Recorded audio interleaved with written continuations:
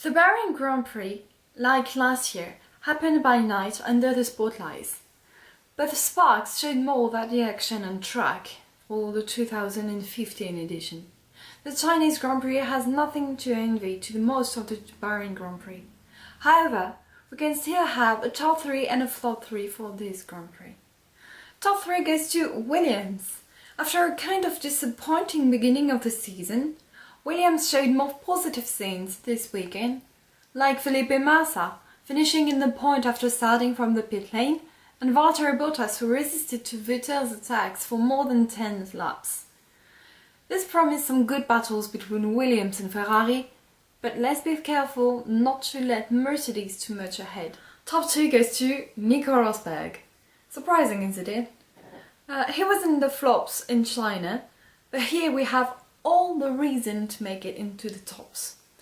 Because he is the man who showed the more balls during this race, while overtaking the Ferraris. The Rosberg we saw here in Bahrain isn't the one we saw in the beginning of the season, he's the one we saw of last year. He still needs to find that very little thing which will allow him to fight against Hamilton, and maybe fighting for the championship if it's not too late already. Top 1 goes to Kimi Raikkonen. Iceman is back with his awesome races. He had the best pace, the best time management, the best strategy as well, even if in my opinion he should have pitted 1 or 2 laps earlier. He had some luck with the problem Mercedes had with the brakes, but he showed that no, Vettel isn't the number 1 in Ferrari, and that Iceman hasn't given up yet.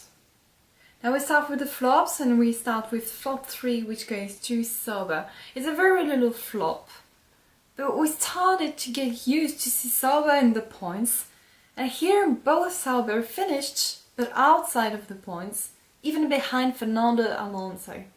They need to be careful, otherwise Toro, Force India and Lotus will be back ahead of them. Flop 2 goes to Toro. Talking about them, we can't really say it has been a great weekend for them. After Max Verstappen's demonstration in China, Toro had their first double DNF of the season, and it's already the third DNF for Max Verstappen in 4 races. They really need to work on the reliability of their cars, but they are not the only one in this case, because it's a general problem. And as I was saying, flop 1 goes to reliability. McLaren, Toro, Red Bull. These are the 3 teams which have to deal with serious reliability problems since the beginning of the season. But Lotus, especially Maldonado, Williams with Massa, and even Mercedes seems to have reliability problems to him this weekend. Engines or not, this doesn't give a good image of the sport, and bringing artificial spark won't help either. Picture of the weekend is Daniel Ricciardo's engine blowing up just while crossing the finish line.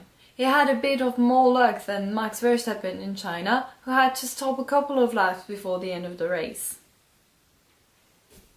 Thank you for watching, and sorry for the delay. I'll see you in 3 weeks for the Spanish Grand Prix in Barcelona and the start of the European season. Like, share and subscribe, and see you under the checkered flag.